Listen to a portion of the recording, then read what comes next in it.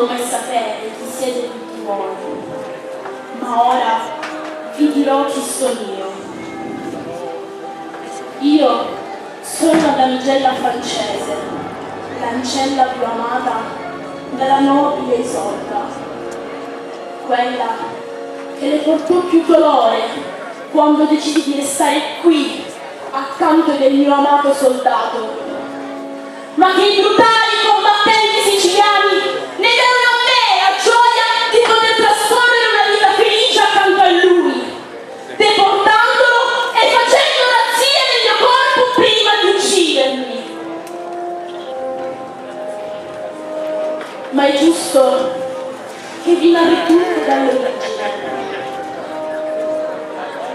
Questo un tempo era un tranquillo borgo dove la vita trascorreva felice sotto la custodia del nobile signore Petro d'Alemanno. Ma il giorno della Pasqua del 1282 a Palermo un gruppo di soldati francesi, con la scusa di cercare delle armi, iniziarono a toccare delle donne, facendo infuriare i loro mariti, i quali uccisero questi soldati, dando inizio così alla triste storia dei destri siciliani. Da lì in poi tutti i francesi vennero perseguitati. Essi si facevano riconoscere dalla loro incapacità nel dire Sicili, pronunciandole erroneamente Sicili. Non vennero risparmiati delle donne e dei bambini.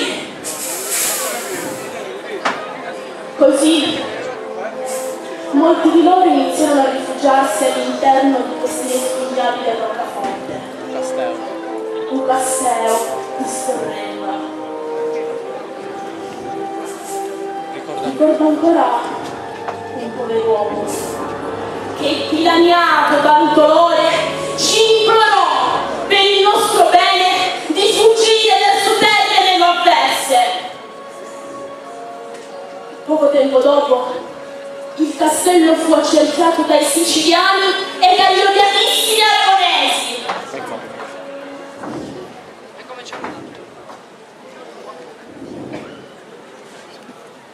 Soldati! Soldati!